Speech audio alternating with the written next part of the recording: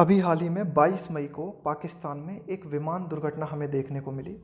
इसी के संबंध में आज के इस एडिटोरियल में चर्चा की गई है। डेंजर इन द एयर, हवा में खतरा, है ना। तो यह इसी जो ये विमान दुर्घटना हुई ना, इसी संबंध में एडिटोरियल बात करता है। The PIA crash is a reminder that the aviation, ये जो PIA लिखा हुआ है ना, ये PI है। PIA का मतलब है पाकिस्तान इंटरनेशनल एयरलाइंस। तो द PIA क्रैश, कि भाई ये जो क्रैश हुआ, ये जो दुर्घटना हुई विमान की, इज ए रिमाइंडर, यह एक तरीके से याद दिलाता है किस चीज़ की, दैट द एविएशन इंडस्ट्री, कि भाई ये जो विमान उद्योग है, एविएशन का मतलब है कि भाई ये जो विमान इंडस्ट्री है, provides little margin for error. Little margin for error, little margin का मतलब है, मतलब गुंजाइश ही नहीं है कि आप किस छोटी से छोटी गलती भी कर सको, इसकी भी गुंजाइश नहीं है। किस में? एविएशन इंडस्ट्री में। ये एडिटोरियल जो है फाइनली बात करना चाहता है कि मतलब बहुत ही खतरनाक जो है ये क्षेत्र है, और जरा सी भी गलती की गुंजाइश, अगर जरा सी भी आपने गलती की ना तो दुर्घटना होनी तय है। ये एडिटोरियल बात करना चाहता है कि the PIA crash is a reminder, कि PIA ये जो दुर्घटना हुई पाकिस्तान में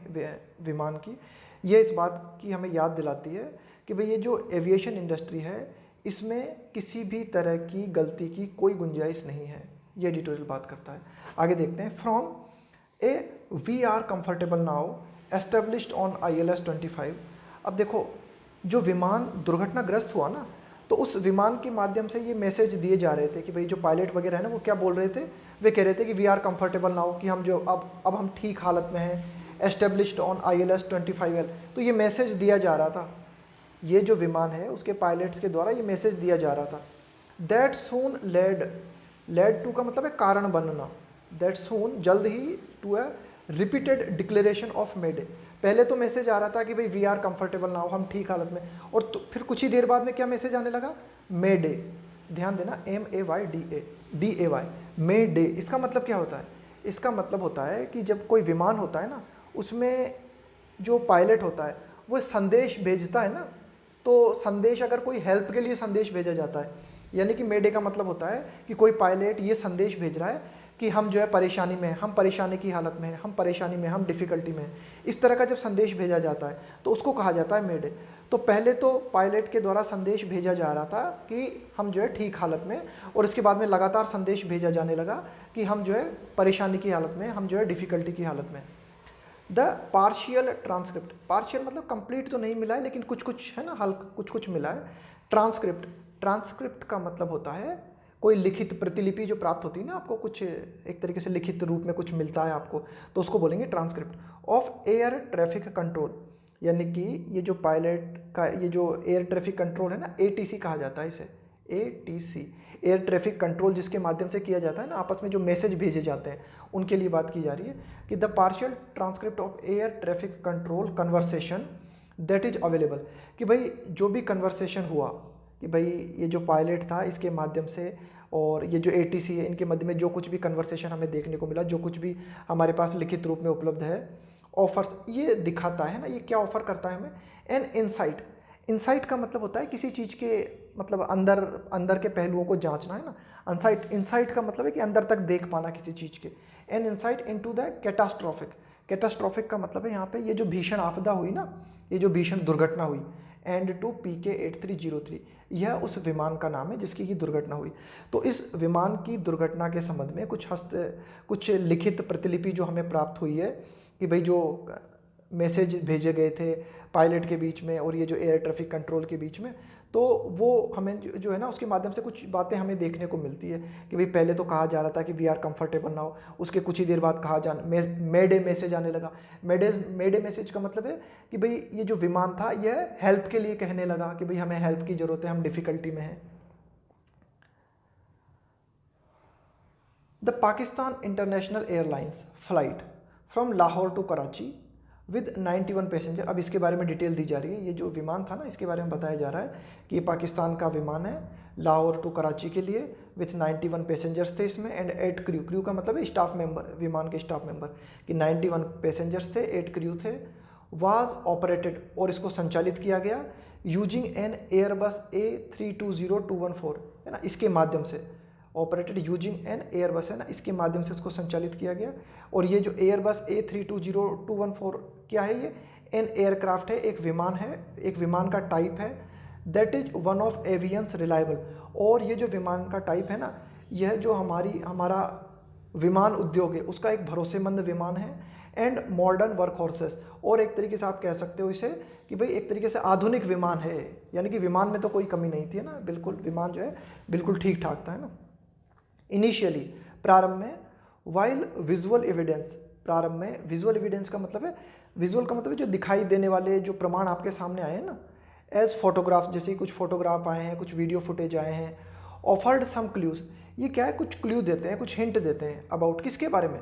वाट माइट हैव ओवरवेल्म्ड। ओवरवेल्म का मतलब होता है कोई इमोशन, कोई भावना जब आपको पूरी तरीके से कंट्रोल कर लेती है ना, कोई भावना आपको पूरी तरीके से घेर ले, उसको बोलते हैं overwhelm. About what might have overwhelmed the pilots, कि भाई किस चीज़ ने पायलट की भावनाओं को घेर लिया होगा। माइट हैव ओवरवेल्म्ड का मतलब है कि भाई ऐसी कौन सी भावना है, ऐसा कौन सा इमोशंस है जिससे कि पायलट पूरी तरीके से प्रभावित हो गया होगा, है ना। Of the nearly 16 year old jet liner है ना, इस जेट लाइनर के लिए कहा जा रहा है कि भाई ये जो जेट लाइनर है ना लगभग 16 साल पुराना था, है ना। Of nearly jet liner, it is the recovery, कि भाई एडिटोरियली बात करना चाह रहा है कि भाई ये जो कुछ विजुअल्स हमें मिले हैं, कुछ साक्ष्य हमें मिले हैं, जैसे कि फोटोग्राफ्स है, वीडियो फुटेज है, ये हमें इस क्लू के बारे में कुछ हिंट देते हैं हमें कि भाई ऐसी क्या बात रही होगी। What might have overwhelmed the pilots of nearly 16 year old jet liner, है ना। It is the recovery, it is the recovery letter. Recovery का मतलब है जो बाद में कुछ हमें रिकवरी मिलेगी ना, जो कुछ मिलेगा हमें। लेटर का मतलब है बाद में। ऑफ द क्रूशियल, क्रूशियल का मतलब होता है बहुत ही ज़्यादा महत्वपूर्ण, बहुत ही ज़्यादा निर्णायक। ब्लैक बॉक्स, अब देखो ये ब्लैक बॉक्स क्या होता है। ब्लैक बॉक्स जो है ना, ये क्या है, एक डिवाइस होता है जो कि विमानों में लगाया जाता है। विमान जो होते हैं ना, उन विमान में एक डिवाइस लगा होता है, उसे ब्लैक बॉक्स कहा जाता है। जब भी कोई विमान दुर्घटनाग्रस्त हो जाता है तब फिर इस विमान के जो है ना मलबे को ढूंढा जाता है और ब्लैक बॉक्स को खोजा जाता है। ब्लैक बॉक्स हमें ये बताता है कि भाई ये दुर्घटना क्यों हुई थी, क्या ऐसे कारण रहे थे, उसके बारे में हमें सूचना देता है क्या, black box. That is significant. तो एडिटोरियल ये कहना चाह रहा है कि अब ये बात तो बाद की बात है कि भाई ऐसे क्या कारण रहे होंगे, है ना, कि जिनके चक्कर में पायलट ने जो है ऐसा कुछ किया, कौन सी भावनाएं वो रही होंगी। लेकिन फाइनली जब ब्लैक बॉक्स हमें मिलेगा, है ना, तो वो ब्लैक बॉक्स जो है ना, ब्लैक बॉक्स का मिलना वो काफ़ी सिग्निफिकेंट होगा, काफ़ी महत्वपूर्ण होगा, क्योंकि उसी से हमें पता चलेगा कि भाई क्या कुछ ऐसे कारण रहे जो कि दुर्घटना के लिए जिम्मेदार हैं।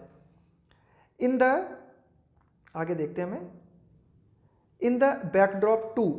Is the offer of full technical assistance by the manufacturer. इसके साथ ही साथ इस पृष्ठभूमि को भी हमें ध्यान में रखना है। इन द बैकड्रॉप का मतलब पृष्ठभूमि, two is the offer of full technical assistance by the manufacturer, कि भाई जिन लोगों ने इन विमान का निर्माण किया उनके द्वारा भी जो है पूरा तकनीकी सहयोग उपलब्ध कराया जाएगा इस संबंध में, ना, कि भाई क्या कुछ जो है इस विमान में कुछ गड़बड़ियाँ तो नहीं थी। Airbus and the involvement of western air safety agencies, इसके अलावा शामिल होना किस चीज़ का, वेस्टर्न एयर सेफ्टी एजेंसी, कि भाई ये जो सुरक्षा जांच एजेंसी है ना, सुरक्षा जांच से जुड़ी ये जो एजेंसी है, एंड पाकिस्तान इंक्वायरी टीम, और ये जो पाकिस्तान की जांच विभाग टीम है, इनके द्वारा भी जो है मतलब इसको पता लगाने की कोशिश की जा रही है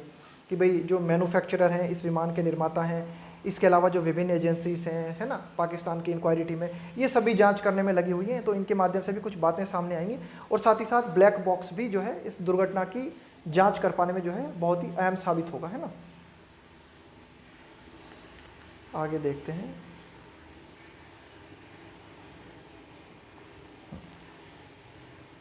आगे बात करता है दीज फैक्टर्स विल ऐड का मतलब है सहायक, will add investigators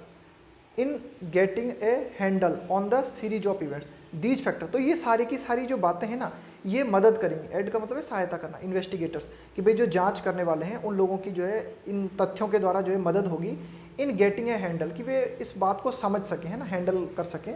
on the series of events, कि भाई ये जो भी घटनाएं हुई, जो भी घटनाक्रम हुआ, तो इस घटनाक्रम की जो है पूरी ठीक तरह से जांच की जा सके। उनमें ये जो उपरोक्त बातें हैं ना, ये हमारी मदद करेंगी। May 22 the day of the incident, कि भाई 22 मई जिस दिन की दुर्घटना हुई, देर आर 2 सर्वाइवर्स, 2 व्यक्ति जो है वे बचे हुए हैं, 2 सर्वाइवर्स है ना, 2 survivors. Also marked the 10th anniversary of another air disaster, और ये जो 22 मई है ना, इसी 22 मई को जो है एक और दुर्घटना हुई थी 10 साल पहले। तो ये जो 22 मई है ये मार्क करती है, चिन्हित करती है 10वीं बरसी किसकी, एक और एयर दुर्घटना हमें देखने को मिली थी 10 साल पहले, द क्रैश ऑफ IX-812। उस दौरान हमें क्या देखने को मिला था, ये जो विमान है ना जिसका कि नाम है IX-812, ये दुर्घटनाग्रस्त हुआ था 10 साल पहले। An air India express flight, यह भारत की एयर इंडिया एक्सप्रेस फ्लाइट थी on the Dubai Mangaluru sector, जो कि दुबई मंगलुरु जो रूट है ना उस पर जो है ये ट्रेवल कर रही थी। तो इसकी दुर्घटना हमें देखने को मिली थी ठीक 22 मई को ही 10 साल पहले। आगे देखते हैं। Air safety commentators point in A relevant direction. Air safety commentator कि भाई ये जो विमान से संबंधित, जो विमान सुरक्षा से संबंधित जो टीका टिप्पणी करने वाले लोग हैं ना, वे इशारा करते हैं point in A relevant direction, एक संबंधित दिशा की ओर जो है वे इशारा करते हैं। दो यद्यपि authorities in Pakistan and PIA, कि भाई पाकिस्तान से संबंधित जो भी प्रशासन है, जो भी अथॉरिटीज़ हैं या फिर जो भी PIA हैं, एंड इस्टेब्लिश्ड फ्लैग कैरियर, कि भाई ये जो पाकिस्तान की विमान एजेंसी है ना, यह मतलब एक स्थापित मानी हुई एजेंसी है, ठीक है। एन इस्टेब्लिश्ड फ्लैग कैरियर का मतलब है कि भाई एक मानी हुई, एक विख्यात जो है एक एजेंसी है। Have detailed the plane's technical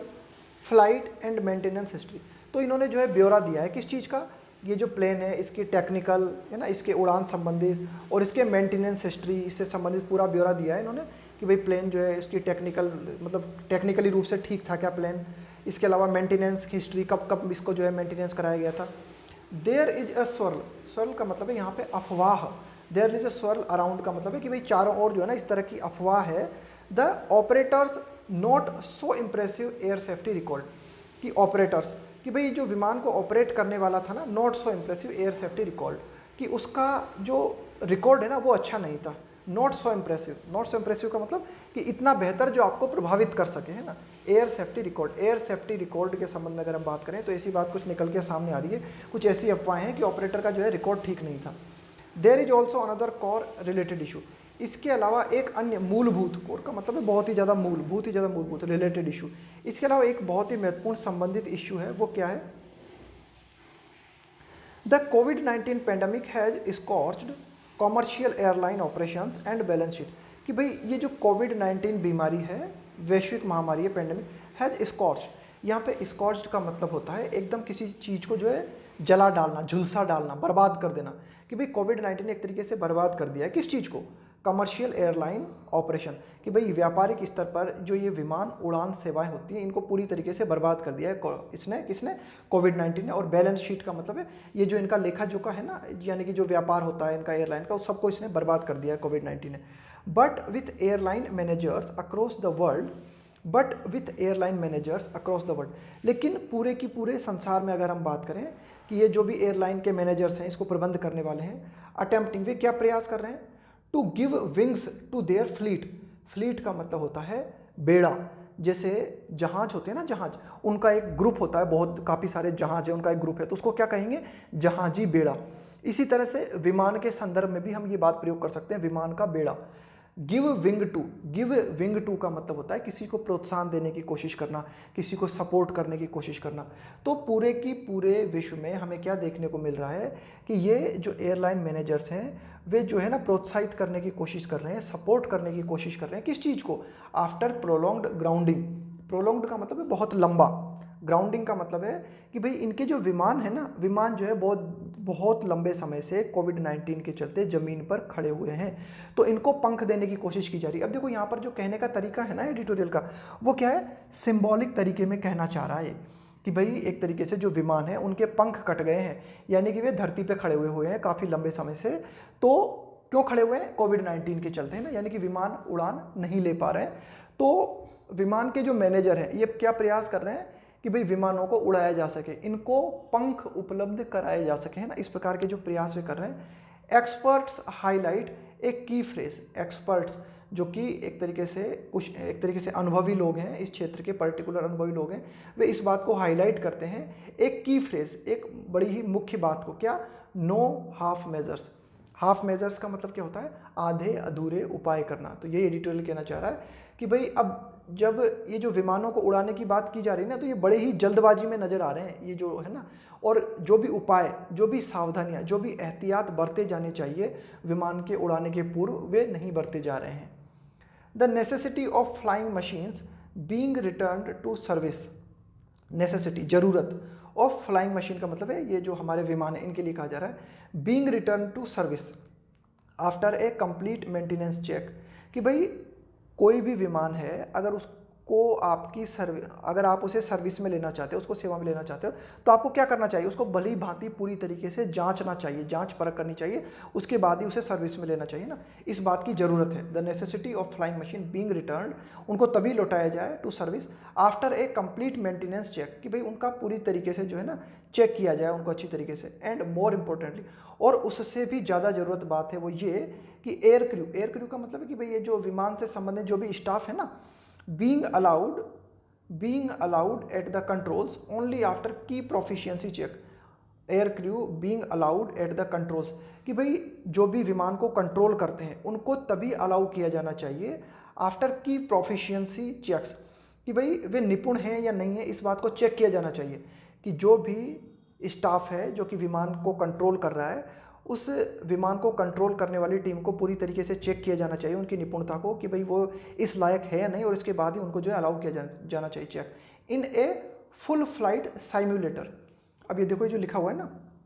simulator, इस सिम्युलेटर का मतलब होता है एकदम नकल, कि भाई जैसे आपको ओरिजिनल विमान उड़ाना है ना, तो एक विमान होना चाहिए बिल्कुल वैसा की वैसा ही नमूना, जो विमान एक्चुअल में उड़ाया जाना है बिल्कुल ठीक वैसा की वैसा ही एक नमूना क्रिएट किया जाना चाहिए, और उस नमूने में जो है ना उन सारे की सारे जो स्टाफ हैं उनको रख के एक बार देखना चाहिए, एक बार चेक करना चाहिए। ये डिटेल बात करना चाह रहा है। Have to be stressed repeatedly, इस बात को जो है ना बार बार जोर दे के कहा जाता है कि भाई ये बहुत ज़रूरी है कि जो है साइम्यूलेटर जो है एक नमूना क्रिएट किया जाए, उस नमूने में एक बार जो है उन लोगों को, जो लोग विमान को कंट्रोल करने जा रहे हैं, उन लोगों को देखा जाए कि भाई ये कंट्रोल कर सकते हैं या नहीं कर सकते हैं। This is a subject that aviation regulators can ill afford to overlook. यह एक ऐसा विषय है जिसको कि उपेक्षित नहीं किया जा सकता। दिस इज ए सब्जेक्ट, ये एक ऐसा सब्जेक्ट है दैट एविएशन रेगुलेटर्स का मतलब है कि जो इस विमान उद्योग को नियंत्रित करते हैं, aviation regulator can ill afford, आप इसको अफोर्ड नहीं कर सकते। अफोर्ड करने का मतलब होता है ना कि हाँ भाई मैं अफोर्ड कर सकता हूँ, नहीं कर सकता हूँ, तो इसको जो है आप नहीं झेल सकते। किस चीज़ को नहीं झेल सकते कि इस बात की उपेक्षा नहीं कर सकते आपकी, ये जो भी सेफ्टी उपाय है ना इनको तो बरता ही जाना चाहिए। एंड ए चैलेंज टू, और एक चुनौती भी है, गिवन दैट, इन चीज़ों को ध्यान में रखते हुए, it is airlines with deep pockets और with access to financial lifeline, कि भाई ये जो एयरलाइंस है ना, ये जो हमारे विमान है with deep pockets, deep pockets का मतलब है यहाँ पे एक्सेस, एक्सेस का मतलब है पहुँच, टू फाइनेंशियल लाइफलाइंस, कि भाई ये जो एयरलाइंस है ये क्या है, एक तरीके से अर्थव्यवस्था जो है उसकी जीवन रेखा है, यानी कि बहुत बड़ी मात्रा में इनके माध्यम से जो है हमें रेवेन्यू प्राप्त होता है, राजस्व प्राप्त होता है ना, फाइनेंशियल लाइफलाइन की तरह काम करती हैं। That can bridge such issues, कि भाई ये जो भी इस तरह के इशू हमारे सामने आते हैं ना अर्थव्यवस्था से संबंधित, उन इशू को, उन खाई को पाटने का, ब्रिज का मतलब यहाँ पे कोई खाई है, उस खाई को पाट देना। तो ये एडिटोरियल बात करना चाहता है कि भाई ये जो फाइनेंशियल लाइफलाइन की तरह काम करती हैं ये एयरलाइंस। आगे देखते हैं, द ट्रेजेडी इन पाकिस्तान, कि भाई ये जो आपदा पाकिस्तान में हमें देखने को मिली, हैज ऑल्सो स्पॉटलाइटेड, इसने इस बात को फिर से रेखांकित किया है, another long standing safety concern. Long standing मतलब जो लंबे समय से क्यू में था, लंबे समय से खड़ा हुआ था, लंबे समय से था, सेफ्टी कंसर्न कि मतलब सुरक्षा से संबंधित चिंता, सुरक्षा से संबंधित जो चिंता है उसको एक बार फिर से इस आपदा ने पाकिस्तान में जाहिर किया है। The crippled jets fiery and, crippled का मतलब है अपंग, है ना, जेट्स फियरी एंड की मतलब जो कि विमान जो कि ठीक हालत में नहीं था उसका कि भयानक रूप से जो है खात्मा हुआ। वाइल ऑन अप्रोच, अप्रोच का मतलब जब आप बिल्कुल किसी चीज़ के निकट होते हो ना तो उसको कहा जाता है वाइल ऑन अप्रोच, की मतलब ये बिल्कुल निकट था, तो जो है निकट होने के वहाँ पर जो है इसका जो है ये दुर्घटनाग्रस्त हुआ। In a densely populated neighbourhood lining the airport, कहाँ दुर्घटना हुआ है, डेंसली का मतलब है घनत्व जहाँ ज़्यादा होता है, पॉपुलेटेड नेबरहुड का मतलब है कि भाई जहाँ पे जनसंख्या का घनत्व जहाँ बहुत ज़्यादा था ना, लाइनिंग द एयरपोर्ट, एयरपोर्ट के किनारे किनारे है ना, वहाँ पे दुर्घटनाग्रस्त हुआ। हाईलाइट्स, ये इस बात को रेखांकित करते हैं, the danger of buildings and obstacles, कि भाई ये जो बिल्डिंग होती है ना एयरपोर्ट के आसपास, ऑब्स्टिकल्स का मतलब है बाधाएं, affecting airline operations and safety. तो इस चीज़ को भी दिखाता है ये साहब कि एयरपोर्ट जो होता है उसके पास में जो बिल्डिंग्स बनी होती हैं या जो ऑब्स्टिकल बने होते हैं, ये क्या करते हैं, ये प्रभावित करते हैं, अफेक्ट करते हैं किस चीज़ को, ये जो हमारे विमान हैं इनके ऑपरेशंस को और इनकी सुरक्षा को प्रभावित करते हैं। क्योंकि यहाँ भी हमें ऐसा ही देखने को मिला, बिल्कुल पास में, वाइल ऑन अप्रोच, बिल्कुल जब ये निकट था तो भीड़ भाड़ भरे इलाके की बिल्कुल वहीं पर दुर्घटनाग्रस्त हुआ। इन इंडिया, भारत में, द अथॉरिटीज़ कंसर्न, जो भी संबंधित अथॉरिटीज़ हैं, हैव ऑफन ग्लॉस्ड ओवर, ये जो ग्लॉस ओवर शब्द है ना, इसका मतलब होता है छिपाना। High court orders to demolish structures around aerodromes that violate stringent guide. अब देखो हाई कोर्ट ने क्या ऑर्डर दे रखे हैं, हाई कोर्ट ने ये ऑर्डर दे रखे हैं, डेमोलिश का मतलब होता है गिराना, नाश करना, स्ट्रक्चर्स अराउंड एरोड्रोम्स, कि भाई ये जो विमान है, यानी कि ये जो होता है ना, आप क्या बोलते हो इसे, कि विमान, एरोड्रोम्स को क्या बोलोगे आप, ये जहाँ से विमान उड़ते हैं, है ना, हवाई अड्डा, हाँ एरोड्रोम को आप कहोगे हवाई अड्डा, कि भाई ये जो हवाई अड्डे होते हैं ना, इनके आसपास में जो बिल्डिंग्स बनी हुई है उनको गिराया जाए। हाई कोर्ट ने इस प्रकार के ऑर्डर जारी किए हैं कि भाई जो हवाई अड्डे के आसपास जो बिल्डिंग बनी हुई है, दैट वायलेट का मतलब होता है उल्लंघन करना, स्ट्रिंजेंट का मतलब है कठोर, गाइडलाइंस, कि भाई हाई कोर्ट के द्वारा जो कठोर गाइडलाइंस, जो कठोर दिशा निर्देश जारी किए गए हैं, कुछ मानक हाई कोर्ट ने निर्धारित किए हैं, उन मानक का पालन करना जरूरी होता है बिल्डिंग का निर्माण करने के प्रति, है ना। लेड डाउन का मतलब होता है निर्धारित करना, प्रेस्क्राइब करना, by the international civil aviation organisation, कि भाई ये जो अंतर्राष्ट्रीय सिविल एविएशन ऑर्गेनाइजेशन है, यानी कि अंतर्राष्ट्रीय विमान से जुड़ी हुई जो ऑर्गेनाइजेशन है, उसने कुछ नियम निर्धारित किए हैं, बड़े ही कठोर नियम निर्धारित किए हैं। उन कठोर नियमों का उल्लंघन करते हुए जिन बिल्डिंग्स का निर्माण हवाई अड्डे के निकट में किया जाता है, उनको गिराने के ऑर्डर हाई कोर्ट ने दे रखे हैं। लेकिन फिर भी ये अथॉरिटीज़ जो है ना, जिनका कि काम है कि भाई इस तरह की अगर गैर कानूनी रूप से कोई बिल्डिंग गिराई जाती है तो उनको बना जाए, तो ये अथॉरिटीज़ क्या करती हैं, इन चीज़ों को छिपाने का प्रयास करती हैं, ग्लॉस्ड ओवर। ये एडिटोरियल बात करना चाह रहा है कि हम जो है ना इन घटनाओं को सीरियसली नहीं लेते, in the interest of aviation safety, कि भाई विमान से संबंधित अगर हम सुरक्षा की दृष्टि से अगर हम बात करें ना, airline crew do deserve, airline crew, कि भाई ये जो विमान से संबंधित जो स्टाफ होता है, डू डिजर्व, इसको इस बात की ज़रूरत है एक कंफर्ट मार्जिन। एक कंफर्ट मार्जिन का मतलब होता है कि भाई जैसे कंफर्ट मार्जिन का अगर हम बात करें, जैसे कोई मोटरसाइकिल चला रहा है तो मोटरसाइकिल उस स्पीड पे चला है कि अगर कोई इमरजेंसी आ जाए ना तो मोटरसाइकिल को आसानी से कंट्रोल किया जा सके, उसको बोला जाता है कंफर्ट मार्जिन लेके चलो। कंफर्ट मार्जिन लेके चलने का मतलब होता है कि अगर कोई इमरजेंसी आपके सामने आ जाए ना तो उस इमरजेंसी की हालत में आप जो है ठीक तरीके से स्थिति को संभाल सको, उसको कहा जाता है comfort margin. Airlines crew do deserve, तो इनको इस बात की ज़रूरत है, ये जो है इस बात के लिए डिजर्व करते हैं airline crew to do deserve a comfort margin and, है ना, कि भाई कंफर्ट मार्जिन लेके चलें। एंड इन एक्सट्रीम इवेंट, और बहुत ही ज़्यादा अगर एक्सट्रीम इवेंट होता है, यानी कि बहुत ही ज़्यादा इमरजेंसी की हालत क्रिएट होती है, एवरी चांस, तो हर संभव चांस होना चाहिए आपके पास, at pulling off, pull off का मतलब होता है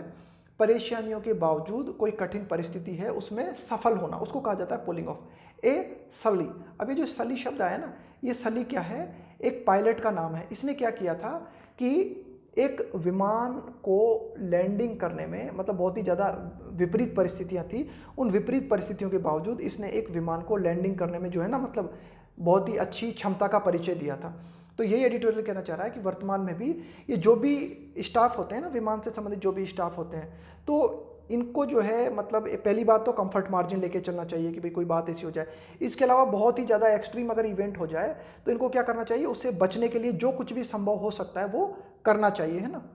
एज द वर्ल्ड विश्ड, ऐसा ही जो है पूरे विश्व ने उम्मीद की थी कि काश द PIA क्रू, कि ये जो पाकिस्तान की एयरलाइन से संबंधित जो स्टाफ हैं, इन्होंने भी ऐसा ही कुछ किया होता, टू हैव डन, कि भाई इन्होंने भी ऐसा ही कुछ किया होता, जो कुछ भी हो सकता था जिसके माध्यम से इस दुर्घटना को रोका जा सकता था।